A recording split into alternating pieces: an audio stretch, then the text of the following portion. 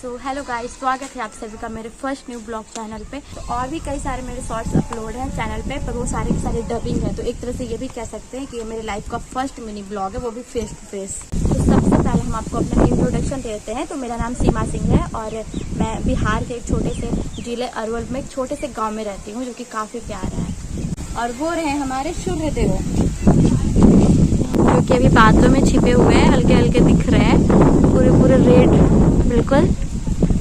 तो यही है गांव की सुंदरता। और हवा भी काफ़ी अच्छी चल रही है, आप देख सकते हैं, बहुत अच्छी मौसम है, बहुत अच्छी। और ये रहे हमारे दोनों मिठू, जो कि काफ़ी सारे ब्लॉग्स में आप लोगों ने देखा होगा। तो ये जो है ये नानी का मिठू है। तो मतलब छोटा सा था बचपन में, तो उसी टाइम हमने यहाँ ले आए कि मतलब थोड़ा ख्याल व्याल हो सकेगा। और ये हमारा मिठू है।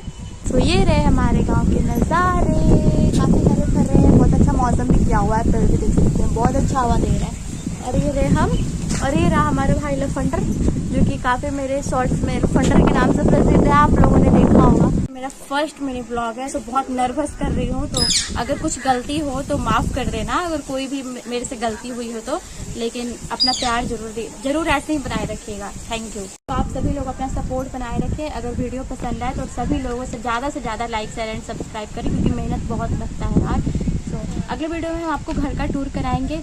तो मिलते हैं आपसे अगले वीडियो में, तब तक के लिए राधे राधे।